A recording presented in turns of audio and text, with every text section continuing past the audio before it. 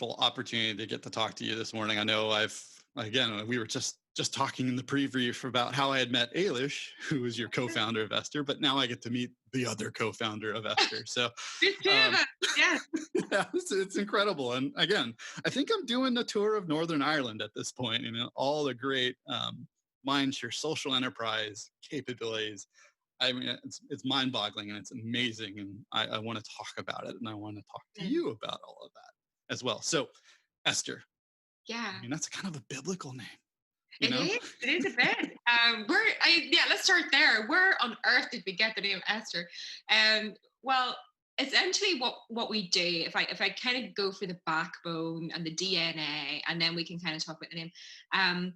So what we do is we connect people who want to help with people who are in financial crisis, and essentially we do peer-to-peer giving. So if you imagine what the charity space looks like today, if there is somebody in financial crisis in your community, usually you're not personally connected to that person.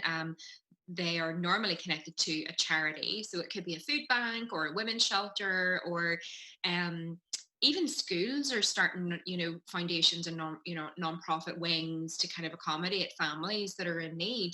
So you have these kind of institutions that are the trust hubs, and they're connected to the people in need. And then what you do as a donor is you trust them to get your donation to that person in need. So you're putting a lot of faith in these organizations, and some of them are great. And we work with some really fantastic organizations, and some of them just aren't. They're just not. They're not great.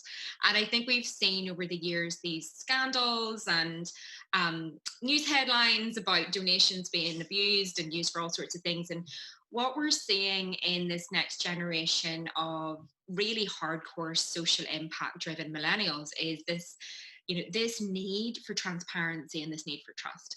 And so what we've enabled donors to do is actually to give directly to the person in need, with the peace of mind that that donation would be protected and spent on something helpful. So we've sort of we've changed the trust dynamic. The trust was donor to charity. Hey, I trust this charity. And then charity do a good job of getting that money to someone in need. And it's just broken. And so what we do now is we say, look, we're going to verify that person in need through some referral partners, and you get to actually give directly to them. So it's kind of changing, flipping the whole thing on its head a little bit. And so what we do is very connected. It's very nurturing. It's quite a powerful dynamic. It is anonymous, but it is very personal. And so we're two female founders, and we wanted something that was feminine and strong, a name that we could call this movement. We don't call ourselves a platform. We're really a movement of people. So something quite feminine and strong. And the word Esther, if you think about est and estrogen, it's quite sort of rooted in like the depths of femininity, and Mm-hmm. uh, Yeah. Easter as well, so that's all in there, and kind of the Latin origins of the word, and that's all about the goddess of fertility, and then Esther as well is kind of rooted in that biblical character of the Jewish queen who was born an orphan and was raised up and saved her nation from genocide. So she was like one of the earliest heroines of our time. So we have this lovely name that's kind of rooted in all things feminine and powerful and nurturing, and we loved it. So, and the website was available. So It's always key. It's always key. That's an accessibility moment for you. Like, yeah, hey, if the website's there, let's capitalize yeah, on the it. website's available. So it all kind of lined up for us, and then we kind of put it out there, and I think there's a lot of tech at the moment that's being named kind of feminine names. That you've got Alexa. There's quite a lot of fintech products coming out, like apps like Emma and bank accounts and things. So, it is, I suppose it is on trend as well. But yeah, that's where the name came from, and that's what we do. We connect people who want to help directly with those who are in need, in their own community. It's kind of hyper local, connected giving. Your donation, your community, and yeah, that's what we do. That's a lot in a name, right? I love all of the thinking that went into it. I mean, a lot of people just pick I things and they know. kind of toss it out there. Oh, hey, yeah, like you're saying, it's on trend. I got this name. But the meaning doesn't match the name, like sometimes it just gets diluted in there and you kind of look at it like, all right, well, I'm going to beat on Apple for a little bit. Apple, and they sell tech products, like what's in the name? But I think that level and what you talk through, and I love the strength that comes through in that. You're Yeah, both from a mythological standpoint as well as a historical standpoint, combining two things that are incredible, and it points to your vision and points to what you're doing. yeah. You mentioned community, which is what I've been talking about a lot with a lot of people, and I want to get your thoughts on what Sure. community means to you. So let's start there. What does community mean to you? How do you define a community? Well, I think it's changing. So, I mean, I think pre-COVID, community would have been much more localized, and people of a same mindset trying to create some kind of change or fulfill a need. And I think it's very primal. It's what we're born to do. We're born to be connected. I think connection is one of those things that we treasure in our lives, and whether that's just family or through interest groups, but ultimately we have this innate human desire to be connected and to feel connection and to feel belonging. So I think that's how I would sort of define community, as connection and belonging and purpose. So those are my bullet points for you, Dave: connection, purpose, and belonging. Great. But we like some bullet points. But I think as well, what's really been churning over in my mind is that community is now very dispersed. So we have this opportunity to redefine what it means to belong and what it means to connect with people. And yeah, I think it is changing. I think it's one of those seasons where the world is in transition, and how people connect and how people feel belonging is changing. But bringing it back to the technology, I think what we aim to achieve through Esther was connection and purpose for our donors. And one of the things that's been really interesting is who is giving through Esther. So when we initially started this movement, it was a very feminine, very women empowering women concept, and this was like white papers way back in the day, where initially we wanted to tap into the sort of the movements that were happening around the world of women really empowering each other. And it made sense on paper that those would be our main donors, women kind of in their 40s, 50s, even 60s, who are now earning more money and are ready to give back and maybe want to be connected to women from less fortunate backgrounds. And we are doing elements of that. We are doing, there's an Empowering Mothers program that we're running where women are giving to women.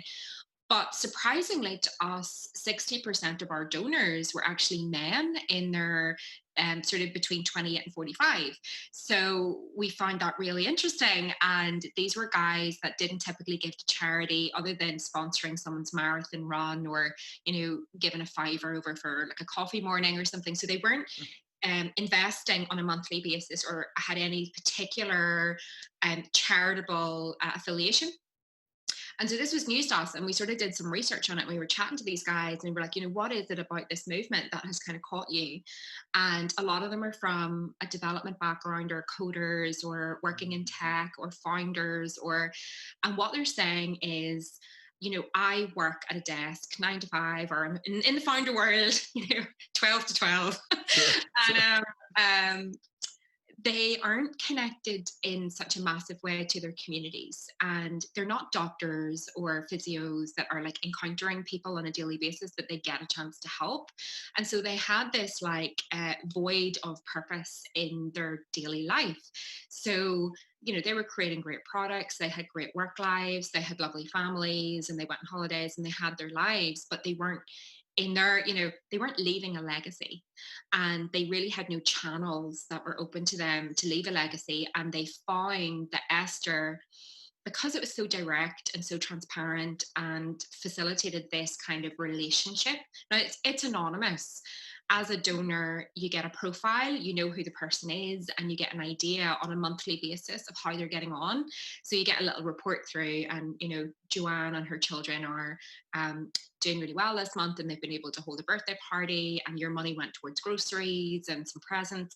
And so you get this nice kind of feeling of connection and journey with someone in need. And this really appealed to the guys. And so it just was really surprising to me. But that's something that has been lovely, is that everyone desires community, everyone desires connection, and to be able to help those less fortunate. And what we've managed to do is create a product that is appealing to people who didn't have that channel before or didn't feel connected to that channel before. And so we do find that product developers and UX designers and people working in software and the tech world uh, are just great people, full of compassion and have big hearts for community, and maybe haven't found that channel to give back. We do loads of meetups and we do pizza and beer and we collaborate and stuff like that. But there's not a massive element of that that's outwardly focused. Sure. So that's what we're tapping into is, young tech movements and people who want to be connected to the community in a new way, utilizing technology and forming connection and community. Yeah, it's not an advert on TV anymore or a web page or anything. It's really that. It's interesting. You talked about purpose. It's finding your purpose, finding your niche, and making it accessible to those who, yeah, you're doing the 12 to 12, or Yeah. you know 24/7, 365 is which we all do in our own way, right? Yeah. I find that fascinating, and you've made it accessible, you made it easy, but you also made that human connection through the digital medium as well. Yeah. Like you were saying, you can talk to Jane and her family, or you can see your effects on Jane and her family, and that takes a lot of trust for you as the middle person, Yeah. middle entity, if you will. Going back to what you said at the beginning, you're you're removing a component of that trust chain, right? That middleman, that middle charity, that middle agency, if you will. And you're Yeah. allowing that to go from source to destination, giver to receiver. And then providing that like as a social accommodation for that as well, I think, which is important. We, as you said, and studies have shown it, and we know it to be implicitly true. We are social creatures. We thrive on connection, regardless of whether or not that connection is middle of the night with just fluorescent lights on and a screen glowing, but being able to see the efficacy of that. Yeah. So changing over to trust a little bit, because that is Right. foundational what you're doing. You're engaging in social trust, right? How do I Mhm. know that as a receiver, that I can trust the sources, that this income, that this giving is something that I can use? But you're Mhm. also having to buttress the trust of the giver. A lot has been said.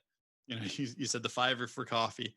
Yeah. There's always that stigma that's associated, whether it be homelessness or some level of um, need. There's always a stigma that this is going to be used for something inappropriate, right? Yeah. And it gets mischaracterized all the time. So Mhm. how are you? Let's start with the giver. How are you engendering trust from the giver's perspective, and then also at the receiver end? How are you tying those two things together? So one of the biggest, going back to is this money going to be spent on something harmful? That is I think that's a big issue when we first came to giving peer to peer and thinking about, well, why don't we just give people money? If people are in need, why do we need this? Black box surrounding, and why do we have to go through this middleman, I suppose. But it is down to trust, so that's why we give people food bags instead of giving them money. But what we're realizing now with technology and how far we've come in terms of fintech products is that we can actually give people a prepaid card and put money on that card instead of giving them a food bag. And then what we're able to do is limit high risk spend categories on that card. So we're working with some great fintech players who are able to switch off merchant codes like off licenses, gambling. We even switch off cash withdrawal because we can't trace it. And so what we're able to do is safeguard those donations for groceries, utility bills, transport, school shoes, uniforms, trips to the cinema, taking the kids out for a treat, or getting birthday parties organized, and even saving up for a holiday. And the guys on our program were able to save, and that's a big thing as well. So there's loads of options as a recipient. If you're receiving Esther donations on your Esther card, there are some restrictions there, and but there's huge amounts of choice. So instead of somebody handing you a food bag, you get the dignity of going to Tesco's or Asda or the store and getting your own groceries, and that feels really empowering as a mother or someone who is homeless and has always been handed charitable clothes. It feels very empowering, but also from a donor perspective, it feels very safe. So as a donor, you're able to give, and okay, I'm giving. One of our recipients on the platform, John. John isn't his real name, but on the platform, his name is John. He's 43. He's homeless, and he's been receiving £200 a month now for I think about 6 months, just to help him along with his basic needs, his hostel accommodation if he needs it, and um, giving him some hope and dignity, and kind of helping him move from that mind frame of my life is hopeless, I'm never going to get out of this, to there's people that believe in me. So one of the stories there that I loved was that the first month that he got his Esther card, and he went into Primark and bought himself new clothes. So he was able to choose his own jeans and buy a new pair of brown shoes. And he chose a belt and a shirt and a jacket. And then he went to Starbucks and sat down and ordered himself a cappuccino. And he Awesome. told, I know it's the best. And Yeah. he told his, because we work with great charities, and our charity workers kind of keep tabs and do relationship work. And I know I talk about skipping out the middleman, but they're still involved in Yeah. that Yeah. verification and that referral process. But our charity workers were just bowled over at how his self-esteem improved, and he was just overjoyed. He said that he sat in a coffee shop for the first time in like 6 years, and was wearing clean clothes that he chose, and he sat down and enjoyed his cappuccino. And he said, like, quote unquote, he said, I felt like part of society for the first time in years. And it just, giving people things doesn't have that impact than giving them choice, empowerment, and dignity.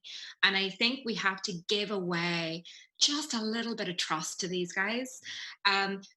We mitigate the risk that it would trigger addiction, or that it would could be abused, or could be taken from them or stolen from them and used for whatever. So we put some safeguards on that card, but ultimately we give away a little bit of trust as well. And we say, look, we're not going to babysit you and hand you a food bag every week, and you know kind of micromanage your recovery. We're going to give you a little bit of trust. We're going to say to you, we believe in you. We think you can do this. We think there's a better future.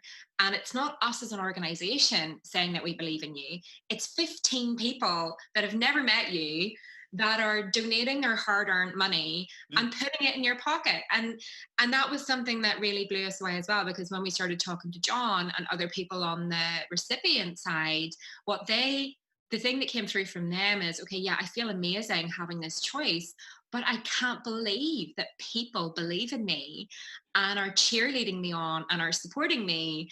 So from kind of a psychology point of view, they just had this massive boost in morale, that it's not an organization giving to me, it's not a government grant, it's not a homeless shelter giving me old jumpers and clothes that were handed down. These are real people in my city supporting me and wishing me well. And for the recipient, that just did incredible things. So I think we didn't expect that. And I think we had to get this thing up and moving to really watch how it was going to impact people's mental health, their social inclusion, kind of the soft things around poverty, like isolation, feeling of belonging, feeling of connection. They felt part of a community that wasn't just the homeless community, or wasn't just mums groups with people from difficult backgrounds. They felt part of something bigger, and that was deeply exciting for me to watch. So on the giver's side, we have this feeling of purpose and connection and journey, and this channel for philanthropy that felt better than just giving into a black box. And then from the recipient side, we're seeing poverty markers move in a massive way, and not just food security and addictions going down, but just mental health and inclusion and connection. And so that it's just been this wonderful thing to watch, um, on both sides of the spectrum. And I think as I don't know if you've watched, like, on Netflix at the minute, there's a social dilemma where they're talking about, there's this documentary on social media, and they're talking about just the dangers of Facebook and the dangers of social media, and just how technology is like ruining the world. And there's definitely a part of that where we need to be careful, but then you look at how technology can bring people together, and it's incredible. It's amazing that you can take a piece of software and some savvy fintech and connect people across cities that would never ever encounter each other, and create connection and belonging and community, that's anonymous but incredibly powerful. Where were you guys 15 years ago when I was working in social services? I mean, that's incredible. I mean, Yeah, you check all exciting. the boxes, so to speak, right? From a sociological standpoint, you're empowering people that wouldn't otherwise have that opportunity. You're doing a lot of things. You're doing good with technology. And again, I think I will definitely look at that Netflix show. I haven't seen it. Yeah, the I don't social watch a dilemma. lot of TV anyway, but like that's incredible. Um, that you're able to operate within the guardrails that are given, right? It's, yes, we understand the upsides and downsides of technology and what it can be used for good and Mm, for ill, right? mm, And being able to do that. And I love the story of John. I think that's incredible, and I'm sure there's countless stories that if we had the time we could go through. Maybe yeah, one day we should go through that. um, so you've been working in Northern Ireland, right? right. And now you're looking at the possibility of moving that stateside? We What's are. what's the journey there? What's the deal? What's the deal? Well, yeah, tell me about it. So it's one of those things where, Belfast was always our test market, and we're still continuing to grow here quite organically. Businesses are starting to give through the platform. So we have 4 or 5 businesses in the city now beginning to give off their top line, off their profits, and match funding employee donations. And we're able to kind of run some nice impact dashboards to those guys. So that's all happening in Belfast. And as soon as we've kind of established something in Belfast that's working, then we always wanted to take that and start piloting it in the US. So I think when we think about the US market, it's bigger, it's more open, and there's already people doing elements of this in the States. So in terms of mindset, I think you guys are there before anyone else, generally speaking. So when we went there in New York, we won the Digital DNA Award, and Alistair Cameron came with us, and it was an absolute blast. It was brilliant. We had a great time, and we hung out in New York for 5 days, and we met a lot of people. We met some charities, and there's already elements of this happening in the States. So there's quite a few nonprofits that are just giving people cash handouts, and we've seen this through the pandemic, where a lot of the large foundations were giving crisis funding, $1,000 a month for 3 months, just to get people up and out of that debt that they would have gotten into because they'd been furloughed or lost a job. So we're already seeing this. And what we want to do is take this wave of direct financial provision that we honestly, when we were getting this concept running, we thought direct financial provision wouldn't have been mainstream for maybe another 5 years. And what's happened is that the pandemic has just brought that right into the now. Yeah. People's giving behavior is changing, their mentality on how to tackle inner city poverty is changing. And so, our opportunity is there. The timing is now, the opportunity is in the US, and we really want to push out into that market and see where we can go with this. it just so happened that a connection that we had in the fintech space was in Denver, and sort of pulled us that direction and said, look, Denver's a brilliant city. It's small enough that you can get your head around it, Mhm. whereas New York is huge. So Yeah, it that is. was kind of our first kind of, we went to New York. We was like, why don't we pilot here? It's like, it's enormous. Choose your borough. Good luck. Tiny, mini little cities all over New York. Exactly. So Denver's kind of manageable in terms of its structure. It's got some really fantastic charities that we've already been speaking to and kind of got on board.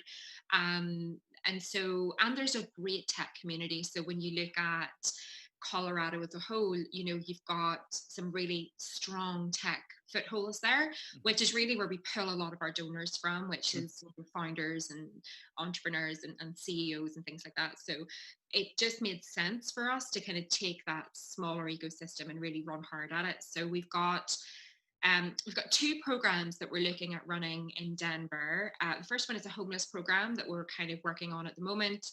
We're doing direct financial provision for people who are ready to move off the streets. Mm. Um, Part of that is rehab, because in the US, you guys don't fund, your government doesn't fund rehab as far as we've learned. Whereas in the UK, obviously that's on the NHS and people can go through rehab whenever they want, and it's just not the same over there. So there's a huge problem in terms of addiction services and availability of those services to people with zero income. Sure. So that's the first thing we're going to start crowdfunding for people needing to get into that rehab facility and then get into subsidized housing, and then to be really cared for by volunteers and people in the charity community, and different church organizations and things like that coming around them. So that's kind of what we're looking to do, is we're looking at the ecosystems that are already in existence and the care systems for these guys, but for us to kind of put direct financial provision behind that and fund people's journeys to recovery off the streets. So if you're passionate about seeing people really come off the streets and given that opportunity and that chance, um, we will be launching that really, really soon, which is What's really really, exciting. really soon? What's really, really soon? End of October. So That is really, really soon. it is really soon. Yeah, we've got the first guys. We've got the first guys on the platform. The thing that's interesting about the US program is that the homeless guys are happy to be seen and known, whereas in Belfast, I think maybe because it's a smaller city, they were quite sort of identity protected. Mhm. But the guys that we have in the Denver pilot are very happy to have their identities known and their pictures out there. So we have Chuck on. I'm happy to chat about these guys. Chuck has been homeless since he was a veteran, I think, and you'll know more than I do, but he was homeless just straight after coming home, and really never, just through mental health stuff, never really got off the streets. So he's been on the streets for a long time, and has just made the decision that, like, he wants to move inside and he wants to start work. So he wants to be retrained and he wants to go back to work. So he's on the platform. He's a real character. Steve is on the platform. He's homeless as well, and well, first of all, medically he needs an electric wheelchair, so he's on Mhm. crutches at the minute, and he's really, his mobility is very bad. So that's our first protocol, is to get him kind of up and running medically and make sure he gets a wheelchair and get him sorted, and then he'll need just basic income for his utility bills, and we need to get him inside as well. So we're working on organizations that can help us with housing. And then there's Jeff, and Jeff is someone who he has been on the streets for a long time, but Jeff is got severe diabetes and he just needs end of life care. So he's probably only going to live for another year and a half, and we just don't want him to have to be on the streets for that period of time where he's been diagnosed with sort of a chronic illness, and he's still sleeping under a bridge. And it's just those stories where um I think putting a story behind someone and then having someone verify that person, and stand beside them to say like this guy really is in need, he's genuine, and we want to care for him. So those are the type of people we're really focusing on in Denver, are people in very chronic systemic poverty who just are in desperation. And that's where I mean, it's brave as a young organization to kind of Yeah. wade into that, but we're leaning heavily on some great systems and some great charities who know and understand this space. So um, in humility and with an attitude of learning, we are kind of stepping in and seeing where we can help. That's amazing. Like I said early on, well, before we even started recording, I have a lot of friends that live in Colorado, live in Denver area, and love to get them connected with you and see how they could help as well. I think That it's, would be and amazing. as we build our virtual communities as well, I think there's amazing opportunity for that, and supporting something that's humanitarian. Like Right. it doesn't take much. It doesn't take Yeah. hardly anything at all, and you've made it easy to move from source to destination, from giver to receiver, and you've put a lot of trust in that center Yeah. aspect of things. I haven't met you in person, but I can trust you for sure. I got to meet Ailish. I got to meet Ailish. I mean, you're all good, right? Oh, But thanks. in this digital identity kind of space and everything that's going on there, I mean, trust is so foundational. But it sounds like, and I believe it to be true, I mean, we wouldn't be talking if I didn't believe in the mission of it as well. It sounds like you're getting everything organized. And yes, the US is a wild west when it It comes is. to the capabilities that can be delivered, and the people here, wildly divergent, wildly, you know Yeah. um wildly unsupported, sadly enough, in a lot of these different areas. And I Yeah. think, again, given that kind of remote work shift, if I may, and the shift Yeah. to going from a centralized office to remote offices, where people are now spending more and more time in their local geographic community and Yeah. having to build new So true. Oh relationships. my goodness. So true. Yeah, and I think what Yeah. you're doing is incredible, and we got to get you out to Boston. We got to get you working out here too. It's a Yeah. it's a little big city, and Yeah. It would maybe a actually little bit be more sprawl. pretty. Yeah. but But that's a really good point, actually, that people are now scattered back into their hometowns. And that's a really powerful place for professionals that are connected to large corporations to be, and to be influencers and champions in that world that they now live in. Um, that's really exciting. That is really Yeah, exciting. you no longer can just ignore things because I wasn't there. It's all of a sudden Yeah, seeing, the school board is meeting this week. Well, why am I all of a sudden paying attention and really concerned about what's happening there, or city governance, or any of these kind of things? That social activism, I think, kind of comes back I know. into focus. So, you know what? It's been incredible. Have enjoyed talking with you. Absolutely. And I look forward to hearing more news about Denver. I'm sure we're going to intersect at some point with Alistair, because he just manages to bring He does. everybody together. We love Alistair. He's everywhere. Yeah, absolutely. And I know I'm planning to do some more work with Ignite, as well, and Chris and the team over there. So you will see more of me. I hope to see more of you and Ailish and the wonderful things that Esther is doing. So thank you so much for your time It's today. been my pleasure. What a joy to chat to you. Have a great weekend. I'm sure we'll touch base soon. Absolutely.